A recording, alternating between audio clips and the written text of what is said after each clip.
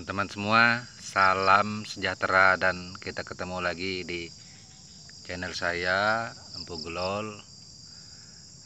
Pada sore hari ini seperti biasa, Empu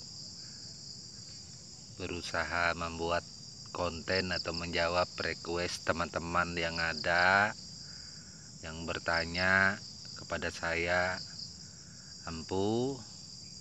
Dan ke semua request itu belum tentu bisa Empu Gelol jawab. Karena mohon maaf sekali, saya tetap harus memilah-milah request yang ada supaya tidak terjadi apa-apa, karena kita ingin menyampaikan sesuatu hal yang bisa dipetik bersama, tentunya di dalam seni dan budaya kita. Pada sore ini saya Empu Gelol memahat ini patung baru gucinya yang jadi. Kalau yang di sana sudah jadi. Mari teman-teman kita lihat semua pekerjaan saya untuk yang akan dipasang di Kota Raja Tenggarong. Nah, ini teman-teman sudah jadi. Bisa lihat semua tuh. Nah, itu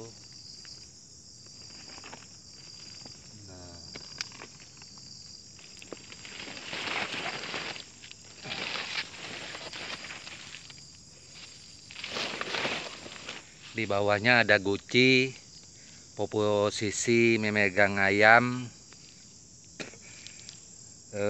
Setiap patung benua ini kebanyakan ada guci di bawahnya. Ada juga yang nggak ada guci. Nah, seperti itu, tapi kebanyakan memang ada guci. Nah, itu dia harus berpijak kepada guci untuk pijakan. Biasanya di zaman dulu patung-patung yang jenis semacam ini difungsikan untuk sebuah acara besar, seumpamanya acara kuangkai atau acara gugur tahun. Acara gugur tahun ini bermacam-macam. Ada yang jenis bersyukur kepada bulan atau tahun dengan hasil panen yang bagus, dengan semua warga masyarakat yang selalu sehat walafiat, yang hidupnya makmur, maka akan diadakan acara gugur tahun. Itu salah satunya. Ada juga yang membayar hajat atau janji, kalau dia seumpamanya sembuh dari semacam penyakit, maka dia akan membayar dengan pemotongan kerbau juga, yaitu pembuat patung seperti ini. Nah, terus kalau yang kuangkai itu juga dilakukan ketika yang punya keluarga seumpamanya dalam keadaan mampu, hasil panen cukup di zaman dulunya, maka mereka akan membuat acara besar pengangkatan tulang belulang keluarga leluhur sanak famili yang ada. Kemudian tulang belulang ini dikumpulkan lalu diacarakan acara besar sampai pemotongan kerbau. Bunyi kami benua itu acara kuangkai. Jadi dalam pemotongan kerbau ini tulang belulang yang ada itu yang dari lungun atau yang dari kuburan seumpamanya itu akan ditempatkan di tempat yang baru, seumpamanya di dalam guci dibuat semacam bunyi benua itu tolong nyulap, atau ditempatkan di lubang batur yang berukir. Itu kadang ada yang 3 tingkat, 4 tingkat, sampai ada yang 7 tingkat terakhir paling tinggi. Terus ada yang tulang belulangnya itu dimasukkan di dalam yang namanya tempela atau klerek seperti itu. Nah, jadi semua benda yang seperti ini maksudnya di zaman dulunya difungsikan untuk acara atau ritual yang demikian. Tapi pada saat ini karena perkembangan dan kemajuan, banyak orang menyukai patung-patung besar serta hal lainnya, maka kita juga membuatnya untuk kadang-kadang di bangunan-bangunan pemerintahan atau orang-orang kampung atau masyarakat serta saudara kita yang berada di kota kepingin sumpamanya tiang rumahnya ada patung-patung atau ukiran agar kelihatan indah, maka kita akan membuatnya seperti itu. Nah, jadi tetap saja kita tidak mengurangi nilai khas kita ya. Dan untuk di orang benua atau juga Tunjung, Bentian dan Teboyan untuk daerah Kaltim sebelah sini semuanya sama acaranya. Kadang dari benua penguara pembelian itu dipanggil ke daerah Tunjung, kadang daerah Tunjung ke daerah benua, kadang ke daerah Teboyan, kadang ke daerah Bentian. Nah, seperti itu.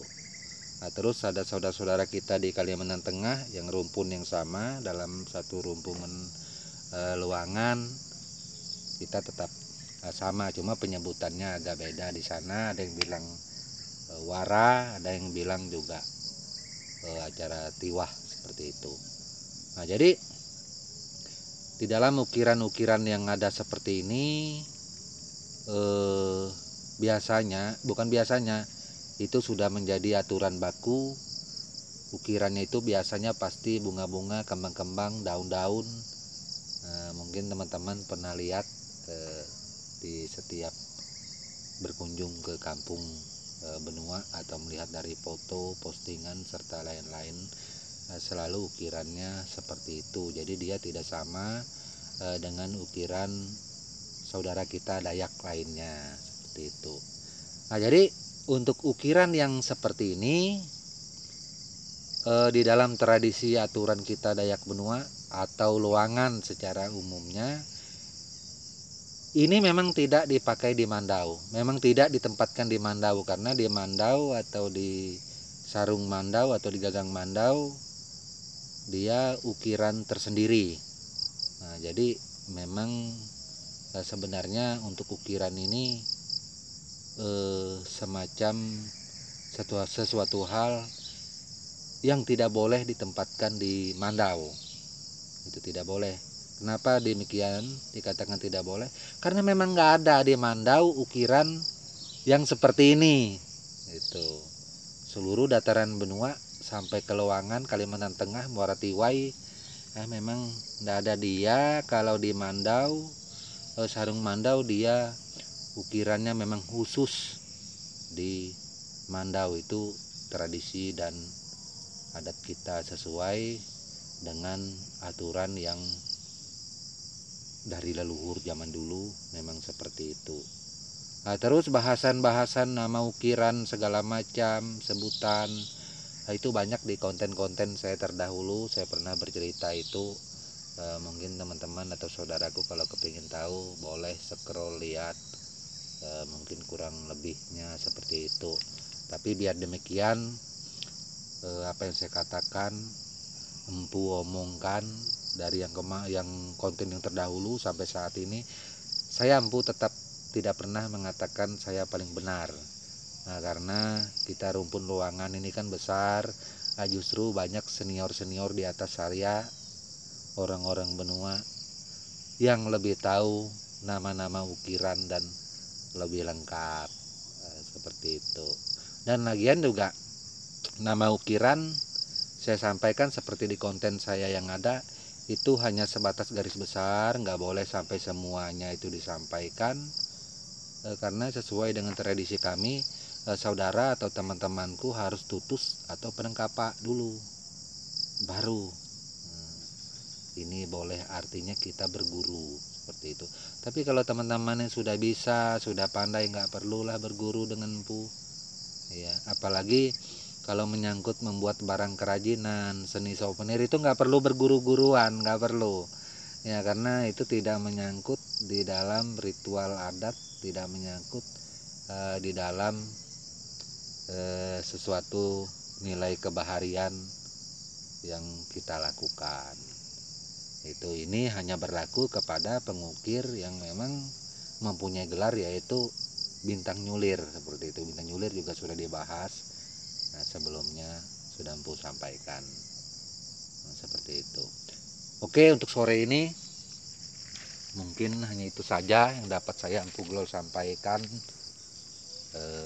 Semoga seperti biasa berguna dan bermanfaat buat kita semua. Saya Empu Glol meminta maaf atau memohon maaf kalau seumpamanya dalam perkataan ini ada sesuatu yang disampaikan kurang benar atau salah, atau siapa tahu menyakiti hati dan perasaan teman-temanku semua, saudaraku, tanpa terkecuali siapa saja, itu orang Dayak maupun bukan orang Dayak. Saya tidak pernah memilah-milah itu, semua saudaraku, Sabang sampai Merauke, nggak tahu sekarang ini Sabang sampai apa, soalnya ada penambahan lagi nama nunya itu ya. Dan saudara yang di luar sana, kita semua bersaudara. Tetap apa yang saya sampaikan ini hanya sebatas seni dan budaya bangsa kita Indonesia yang harus kita pertahankan, kita jaga, seperti itu kira-kira. Dan tak lupa saya ucapkan salam budaya buat saudaraku semua dan tabe selalu. Amin.